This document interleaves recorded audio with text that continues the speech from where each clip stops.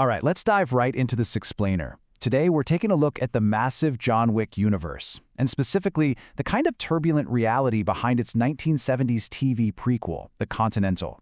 It's a really fascinating look at how a beloved action franchise tries to grow beyond the big screen and what actually happens when that expansion hits a few pretty significant speed bumps.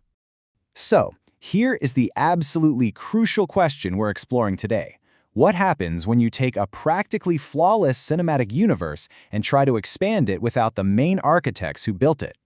We're going to contrast the immaculate, tightly controlled movie lore with the decidedly mixed execution of this television spin-off. But before we get into the spin-off, we really have to understand the iconic location it's named after. If you've seen the movies, you know the Continental Hotel isn't just a backdrop. It's practically a living, breathing character that just oozes secrecy and power. It's this lavish, worldwide sanctuary for professional killers, offering up everything from tailored tactical suits to sommeliers who recommend assault rifles instead of fine wine. And the whole place operates on these sacred, unbreakable rules. It's basically a giant chessboard for the assassins, and it drives the narrative stakes for the entire franchise. You have strict neutrality, absolutely zero business on hotel grounds. The specialized gold coins aren't just money, they're an ethical currency for things like markers, which bind you to an unbreakable blood oath. And if you break the rules, you get slapped with the ultimate penalty, becoming excommunicado, meaning you're totally cut off and hunted by everyone. Okay, so let's rewind to an alternate history 1970s New York. This is the gritty setting for Peacock's three-part miniseries, The Continental, which promised to show us exactly how this particular hotel came under the management we know and love. The whole premise of the show focuses on a young Winston orchestrating this insane, bloody coup to become the legendary hotel manager.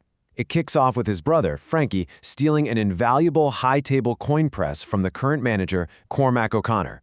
Winston then uses that press to literally mint his own coins to infiltrate the sanctuary. It all leads up to this crazy climax where a detective named K.D. Silva actually corners and kills Cormac, which finally lets Winston disable the building's self-destruct and seize control. Now, pulling this off meant mapping out a cast that transferred some seriously beloved legacy characters into the hands of younger actors, which is always a massive gamble, right? So we have Colin Whittle stepping into Ian McShane's shoes as the astute hotel manager, Winston. Ayomide Adegun takes on the role of an impeccable young Sharon, originally played by the late, great Lance Reddick. They even brought in Peter Green to play a younger Uncle Charlie, our favorite underworld cleaner.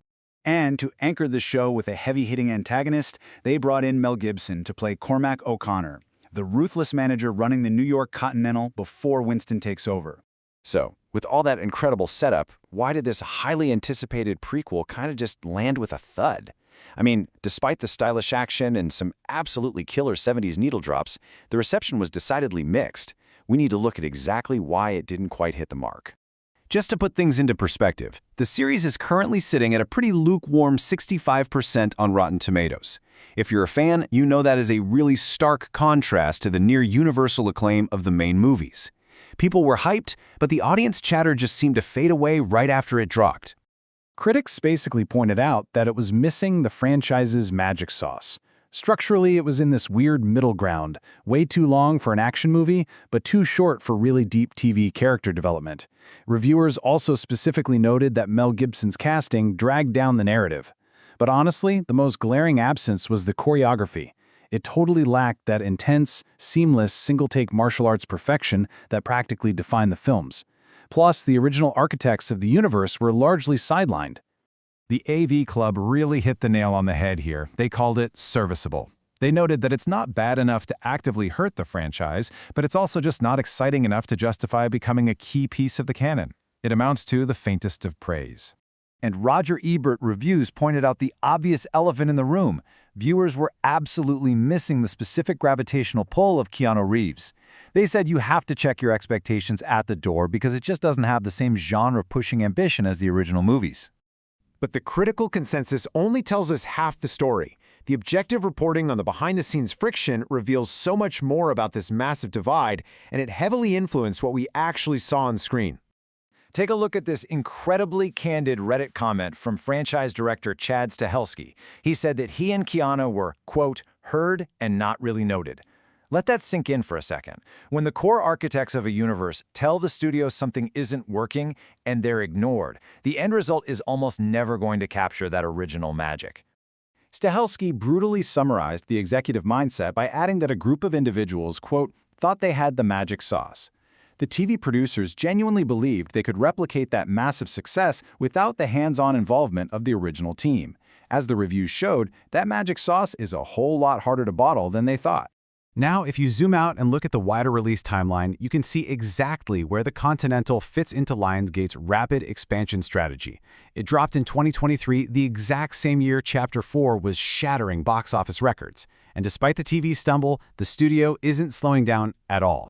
In fact, they are pivoting right back to the big screen. The next major chapter is Ballerina, hitting theaters in 2025. Chronologically, this one slots in right between the events of Chapter 3 and Chapter 4. And this film looks to merge fresh perspectives with the established lore we love. We've got Ana de Armas, starring as Eve Macaro, alongside heavyweights like Angelica Huston. Keanu Reeves and Ian McShane are returning, and poignantly, it marks the final on-screen appearance of Lance Reddick as Chiron. But what's super interesting is a detail from new cast member Norman Reedus.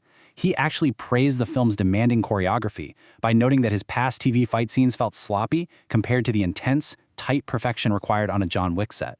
It really hints at a true return to form. So, as this universe just keeps growing beyond its original creators, it really leaves us with one massive question to think about. Can a cinematic mythology actually maintain its magic when it's expanded by new voices? Or is the unique chemistry of Keanu and Chad Stahelski just an absolute, unbreakable rule? It's a question the future of this incredible franchise will inevitably have to answer. Thanks for exploring this crazy universe with me in this explainer today.